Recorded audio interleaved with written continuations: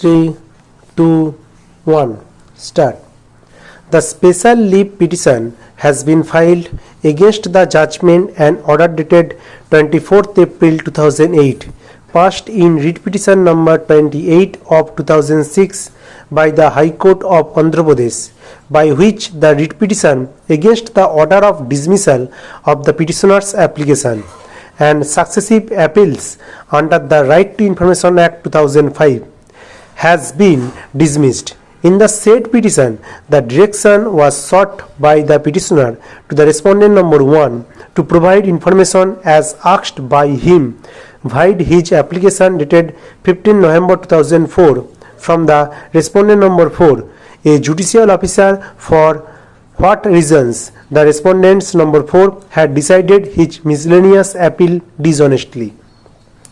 The facts and circumstances giving rise to this case are that the respondent claimed to be in exclusive possession of the land in respect of which civil suit number 810 of 2000 was filed before Additional Civil Judge Ranga District, praying for perpetual injunction by Dr. Rao against the petitioner and another from entering into the suit. Land application filed for interim relief in the said suit stood dismissed.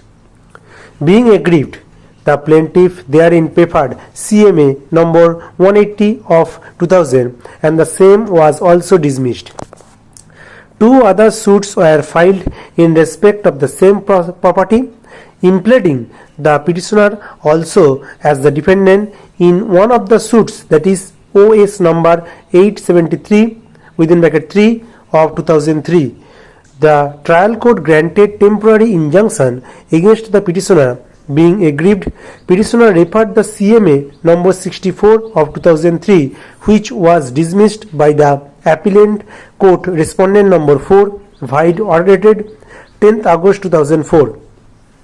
Petitioner filed an application dated 15 November 2004 under section 6 of the RTI Act before the administrative officer cum assistant state public information officer respondent number 1, seeking information to the queries mentioned therein. The said application was rejected vide order dated 23rd November 2004 and the appeal against the said order was also dismissed vide order dated 20th January 2005. Second appeal against the said order was also dismissed by the Andhra Pradesh State Information Commission vide order.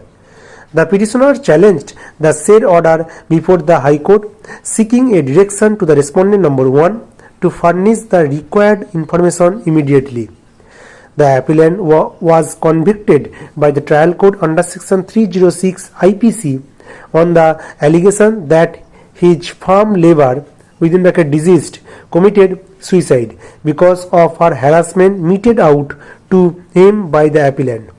The prosecution case was that the appellant 2 days prior to the incident leveled an allegation of theft of ornaments against the deceased, that the appellant had also demanded from the deceased rupees 70,000, which was given to him as advance at the time when he was kept in employment. The conviction was affirmed by the High Court. In the instant appeal filed by the accused, it was contended for the appellant that the conviction of the appellant was sustainable as no ingredients of offence punishable under section 306 IPC were made out. Abetment involved a mental process of instigating a person or intentionally aiding a person in doing of a thing without a positive act on the part of the accused to instigate or aid in committing suicide. Conviction cannot be sustained.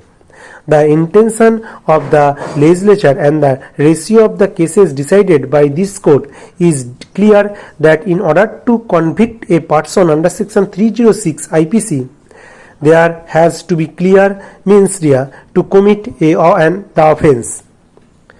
It also requires an active act or direct act which lead the deceased to commit suicide, seeing no option, and this act must have been intended to push the deceased into such a position that he committed suicide. In the instant case, the deceased was undoubtedly hypersensitive to ordinary petulance, disorder, and offences which happen in day-to-day life. Human sensitivity of each individual differs from the other. Different people behave differently in the same situation. In the light of the provision of law and the settled legal positions crystallized by a series of judgments of this court, the conviction of the appellant cannot be sustained. The word suicide in itself is nowhere defined in the Indian Penal Code. However, its meaning and import is well known and requires no explanation. Sui means self and side means killing, thus implying an act of self-killing. In short, a person committing suicide must commit it by himself, irrespective of the means employed by him in achieving his object of killing himself. Suicide by itself is not an offence under either English law or Indian criminal law. Stop.